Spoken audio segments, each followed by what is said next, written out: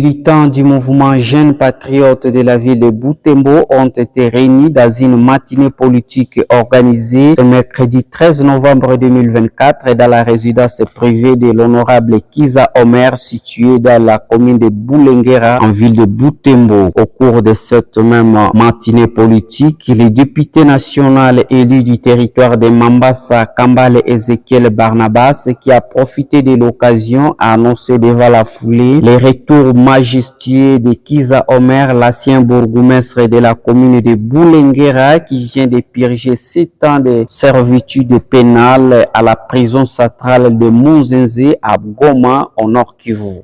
Au cours de son discours, l'honorable Kambale Ezekiel Barnabas a précisé à la population de Butembo que Kiza Omer est sorti de la prison la tête haute et le gouvernement de la République démocratique du Congo a fort besoin de lui. Donc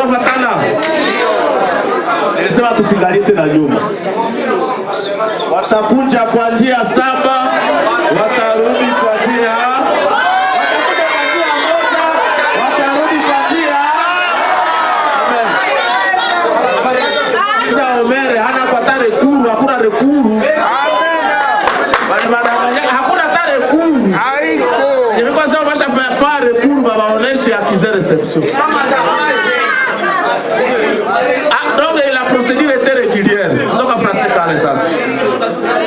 C'est donc français il y a pas de hakuna kitu ili kotu kusema mungo.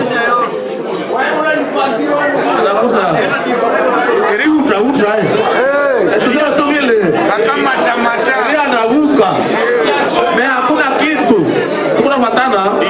La monsieur Evangeliste Soza sema les délinquants reviennent toujours au lieu du crime. Les délinquants reviennent toujours au lieu du crime. Nikisema venye balivifahaka zote na wanarevenir au lieu du crime wakati ya nakombolewa.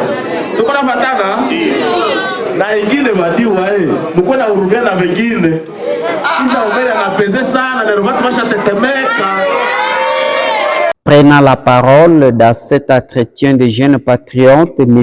Moïse Ndungo appelle les jeunes de ce mouvement à cultiver l'amour entre eux. Minawaza tumesikia yenye honorable Ezekiel amesema na yeko tuna ile qualificatif ya héros vivant. Emonu vivant.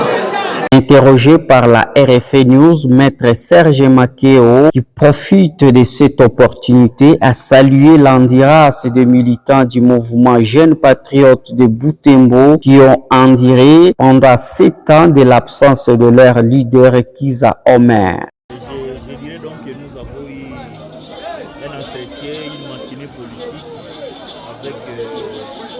avec le président national de AACBG, l'honorable Kambale Ezekiel Barnabas, qui est venu nous entretenir par rapport à la situation sociopolitique du pays, mais aussi nous parler de l'honorable Kasereka Kiza Omer, qui se retrouve actuellement en Ouganda pour un atelier dans le cadre de l'EAC. Par rapport à cet entretien, c'était d'abord une manière, n'est-ce pas, de rehausser la morale des jeunes patriotes de Butembo, et les féliciter pour leur fidélité, leur endurance, n'est-ce pas, durant l'absence de l'honorable Kasereka Kiza Omer. Il nous a aussi parlé du parti politique AACBG.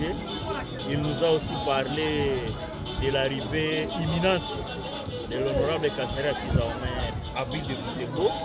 Et on a aussi parlé de la situation sociopolitique de la République démocratique du Congo.